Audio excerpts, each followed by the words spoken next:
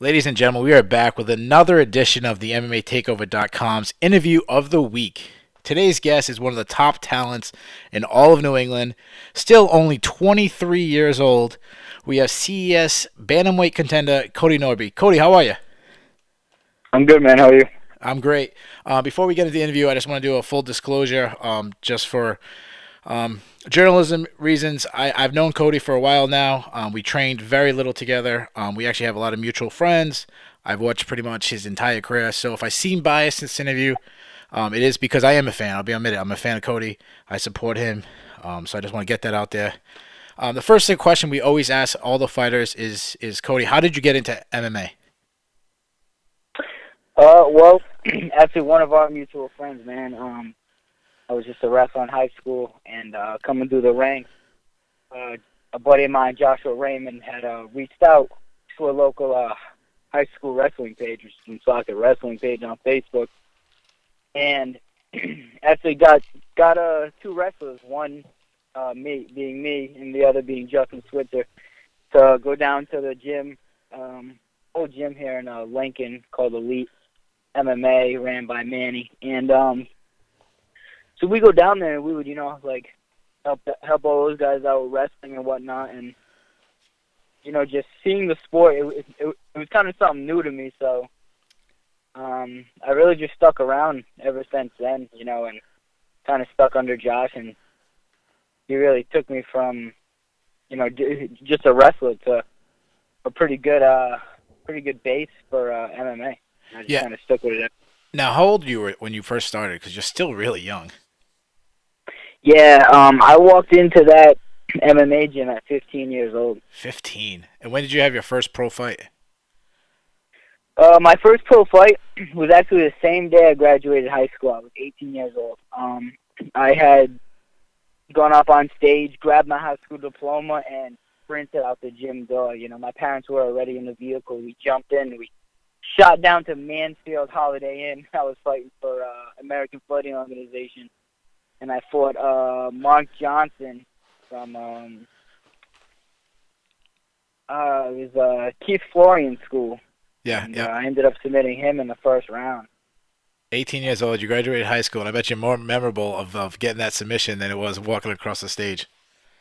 Absolutely, 100%. I totally forgot I graduated that day. What's cool you're talking about that Mansfield that hotel there in Mansfield is I've been to that hotel, watched many fights at the hotel. Actually, I had one pro fight I fought there myself at that hotel. And a cool story is John Jones, one of the biggest stars in the sport, is he actually fought in that hotel, which is pretty cool, and it's cool to see. And now you're fighting in Twin River. I've seen your face on billboards, and it's pretty cool to see that such a big star in New England, coming from pretty humble means at only 18 years old. So one thing I just want to go to is you've talked about training with Josh Raymond. Obviously, that's a guy I've trained with a lot. I probably have a bunch of concussions from him. Um, he's a great guy, great, especially in the stand-up game. He uses kicks well, everything. Anyways, so you trained with him. I know you've trained with the O'Connell brothers there at Top Flight MMA, wrestling. Anybody who knows the Rhode Island wrestling, the Southern New England wrestling, those guys are two really great wrestlers. You've transitioned over to Greg Rebello, who anybody who follows MMA, especially CSMA, knows who Greg Rebello is. He's been a guy who's been on that scene for a long time, big wins. You've gone over to Triforce MMA with the Jeffrey brothers, two other guys, put on a great gym over there in Pawtucket. And then you've trained up in Mark Delagrado's gym in Boston. Now you're training with all these gyms. You're kind of cross training. How'd you hook up with each of them? It was actually not till after the Andre fight. I had Greg Rebello reach out to me. Rob Font was actually getting ready to fight his second UFC fight. And he was just facing a short, stocky wrestler guy, and they were looking for a guy to match his style. So Greg had reached out to me, and I had gone down one Saturday to help Rob out and sparring and whatnot. And Greg, came to me and was like, man, if you stick around, we can really help you out and whatnot. And I kind of had just stuck with Greg all along. Greg had, he brings me to City Utah all the time. Me and him travel together, train together. Everywhere he goes, I go. When either one day we're at Triforce or one day we're at Junico, or another day we're at City Utah up there training with Mark Delagrati and all those guys, Andy Cote. So yeah, it's great, man. Yeah, that's really good. You've been training. You said you mentioned that you were sparring with Rob Font. Obviously, Rob Font has been very successful in MMA. I think the guy you were talking about was it was Ian Entwistle. He was supposed to fight him at UFC 204, and That's the Entwistle, guy. Yep. yeah, Entwistle got hurt, sick or something like the last moment. Anyways, my question about Rob Font is you sparring. He's obviously having great success. He had great success on the regional scene. Now he's moved up to the UFC. He's definitely. I think he already has like 3-1 record, I believe. How has your confidence been lifted by getting rounds in with a guy that you know is on the top level? My confidence is honestly through the roof, man, and it's not that. It's just because of Rob Font, really. Yeah, that helps, but I'm getting looks that I really never have gotten before. Up at City Tong, they've got a room full of 20 fighters, and then you go to Triforce, they got a room full of 20 fighters. So I'm constantly getting new, different looks from different guys. So I'm pretty much ready at a moment's notice for anybody with any kind of style. And just having guys up there like Mark Delagrati, Andy Cote, obviously Greg Labello, and Rob Font. Rob Font helps me out all the time. He's got great stand-up. The guy's an animal. Tony Martin, who's fighting for UFC Fight Night 103 on the Penn card. He's up there as well. Oh yeah. So, the whole room is just to help out really everybody. And actually, I train with a lot of guys I fought. Over at Triforce, I train with Dan Cormier now, and actually today, me and Dennis Piver were just sparring out training. He also goes to Triforce and Junico and City Tong now, so. It's kind of the whole region's, fighters now kind of all come together, all train together, and now we're just kind of taking on the rest of the country. It's pretty cool. Yeah. Just for people listening at home, when he mentions Daniel Cormier, it's not the guy that fights in the UFC. It's a CES fighter, a 125-pound fighter. He's actually a guy I used to coach wrestling with. He's a great wrestler. He's a great teacher. And Dennis Piver is a guy who's been on the local scene. I think Dennis is fighting on the next card, right? He is, yes. Yep, he's fighting Jordan Espinoza, who's also a wrestler. He was a state champ at 103 pounds in high school. So that should be a good fight for Dennis. Oh, yeah, that's definitely the fight we'll be watching. I've always liked watching Dennis. Tony Martin, you mentioned, he's fighting this Sunday. He's going against Alex White. You have a prediction for that fight? I'm obviously going to go with Tony, man, just because I train with him, and the dude's a fucking animal. His cardio's through the roof. He's got great grappling, and he's so long too. He uses his reach to his advantage really well, and his ground game and his wrestling is just so. There's levels to that stuff, man, and this kid's on a whole nother level. That's good. That's good that you're getting good rounds in with these guys. Have training with guys like you said, Tony Martin, Rob Font, guys like Dennis Piver, Greg Rebello, Dan Cormier. Have these guys? They're all older than you. What have they told you that help you in your game? Not just the aspects, but the mental part of the game. Just slow down, man. When I first started, I had really went from, I was 18 years old, ran through the amateur division. I went 4-0. I was fighting almost like every month. And then when I turned 19, I went pro. And I was just trying to fight as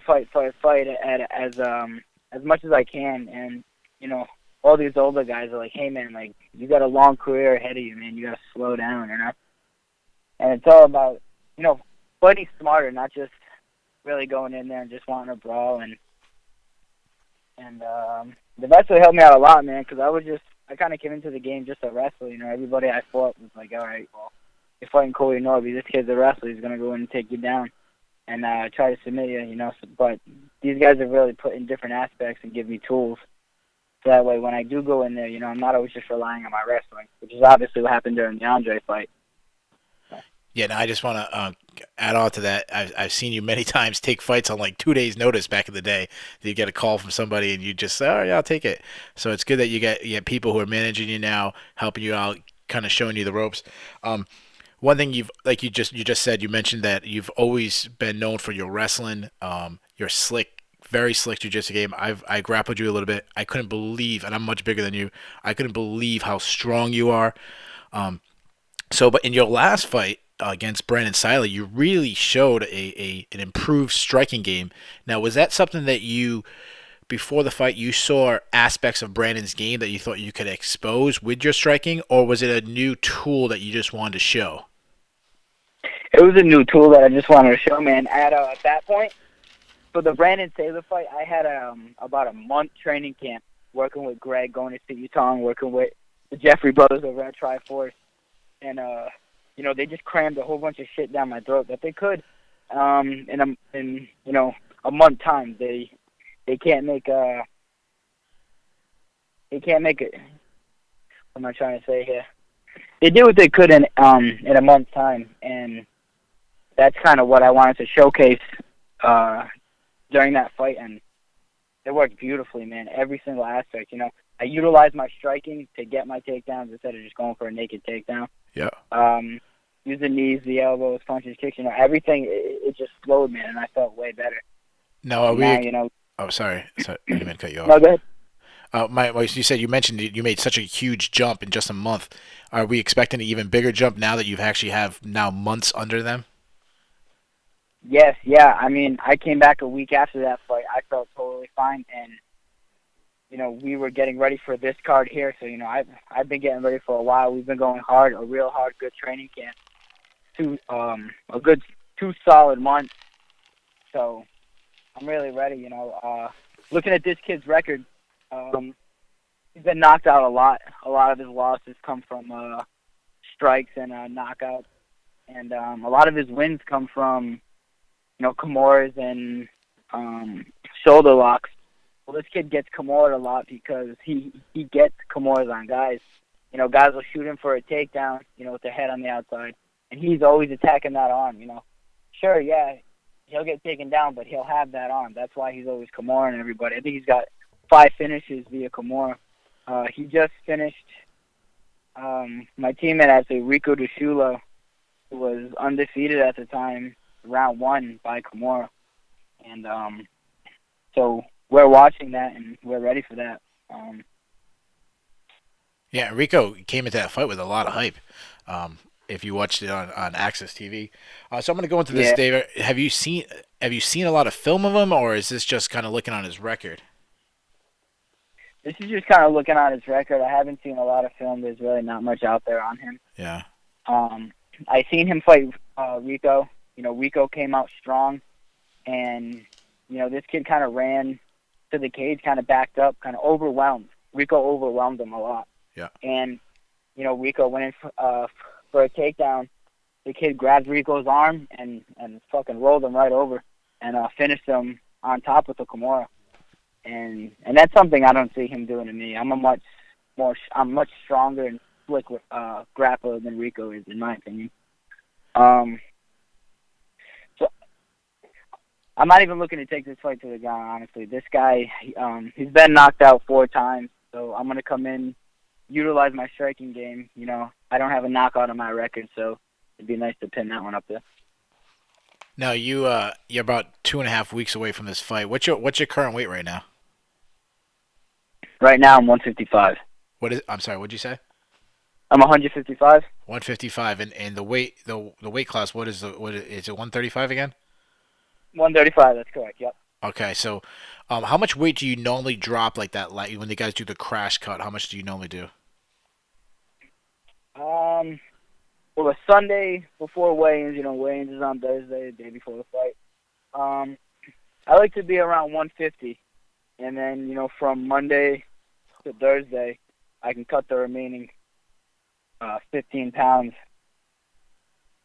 And 20, whatever it is, until I get down to 135. yeah, and just for the record, 125 is completely out of the equation. I know you fought there before, but that's out of the equation now. No. After this fight, I'm going back to 125 pounds. 125. Wow, that's that. I didn't expect that answer. I just kind of was throwing that out there, and I didn't expect. So that were breaking news right here. So Kody Nordby will be returning to 125. So there's a. Yep. Now, Yeah, man. Me and Greg were talking, and I can pull anybody off the street and ask them who the top 10 135ers are in the UFC right now, and they can rattle them off the top of the head. yeah, But if I take anybody and ask them, hey, who's the top 10 at 125 pounds in the UFC, they're not going to be able to tell you. The only guy they're going to be able to tell you is Demetrius of Johnson. course, yeah. So, so my best chance of getting to that next level is to go down to 125, run this whole local division, and hopefully get that call, man. Okay. So now, if someone asks you who's the top 125 pounders in the world today, well, your answer would be just go over to the MMATakeover.com, check on their rankings. You'll have it right there. That's it, man. Whatever may take over, dude. So one thing I want to go back. You probably your biggest profile fight. You've already mentioned a couple of times was Andre Sukhmatai. This fight was a huge fight for the state of Rhode Island. Two local Rhode Island guys.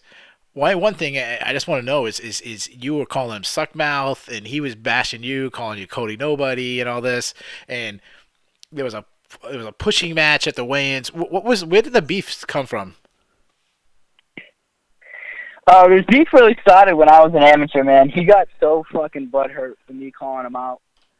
As an amateur, and he was like, yo, kid, get some wins under your belt, blah, blah, blah. It was just kind of a little immature stuff that kind of built up, and then, as we both turned pro, and he was doing his thing, obviously a great record, and, I was coming up. I had just beaten Dennis Paiva.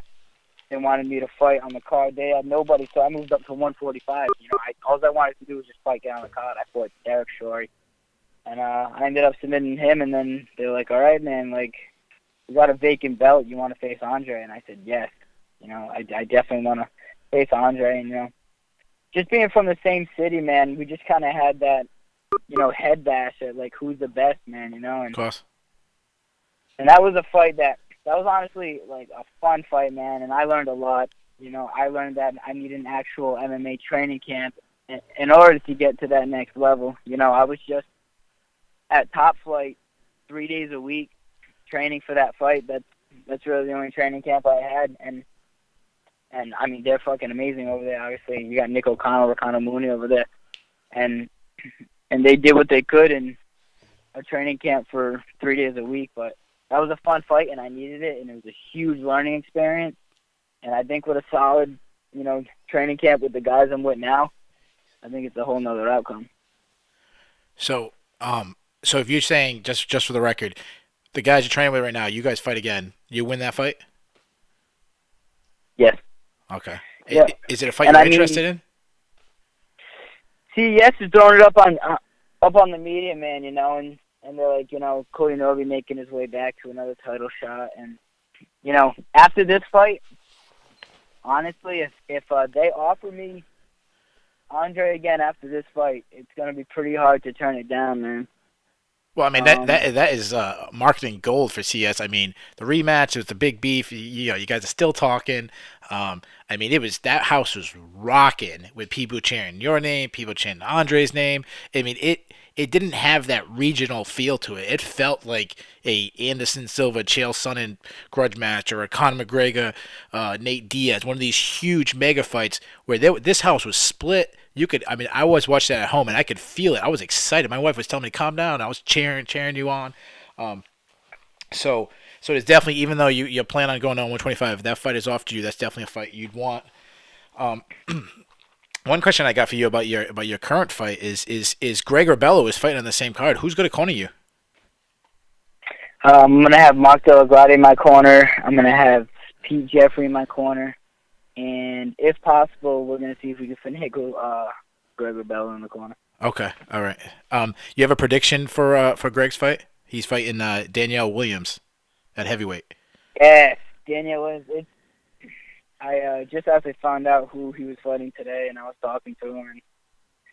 And I think Greg's gonna knock him out in the second round. I think Greg's gonna come out, and I think he's gonna read this guy.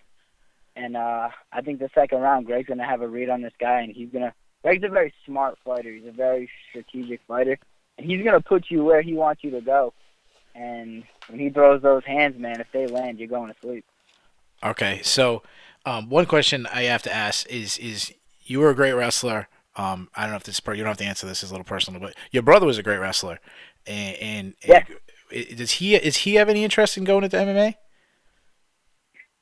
yeah, man. My little brother Chris Nordby, dude. He's actually going to Army Ranger School right now, and he's been doing some training. Yeah, with me. He's gonna when he gets back, he's gonna go to Triforce, and he's gonna really start his MMA career. So you can really expect to see him do something. He's pretty much a mini me, man. He's got fantastic wrestling, strong as an ox.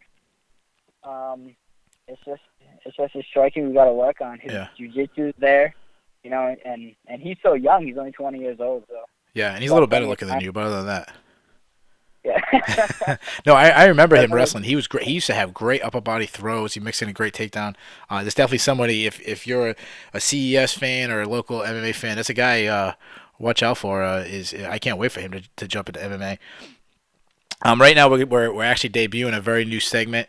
We have this. If this is the first time we're using this, this is the fan forum question of the week. What that means is we're connected our partners at Sports Talk.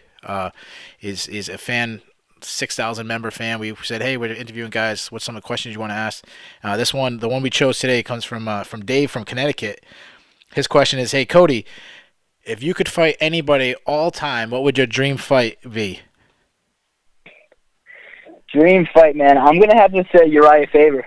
Uriah Faber. Okay, all right. I'm just Yep, glad you didn't say. I'm just glad you didn't say me, because I'd say that's never happening. No way, man. Yeah, man. I'm definitely gonna have to say Uriah Faber coming up as a young fighter. When WEC was, really hopping, Uriah Faber ran it, and it was really hard not to root for that guy, man. Of He had course, the yeah. look, he had the style, and he fought. And his style of fighting was something I wanted to be.